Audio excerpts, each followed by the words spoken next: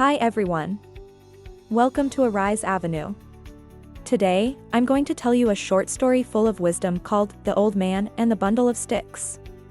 This story teaches an important lesson about unity and strength. Once upon a time, there was an old man who had 3 sons.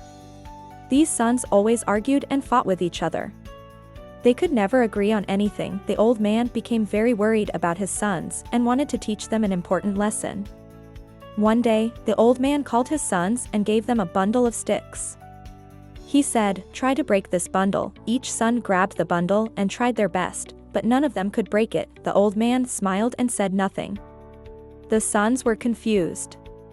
Next, the old man untied the bundle and gave single sticks to each son. He said, "Now try to break these sticks." This time, each son broke the stick easily. The sons looked at their father, realizing that a single stick is weak, but a bundle is strong. The old man nodded and prepared to explain the real lesson. The old man smiled and said, "My sons, if you stay united like this bundle, nobody can harm you. But if you fight and stay divided, anyone can defeat you." The sons understood that fighting among themselves only makes them weak. They promised their father to stay together and support each other. Here's the wisdom from this story: unity is strength.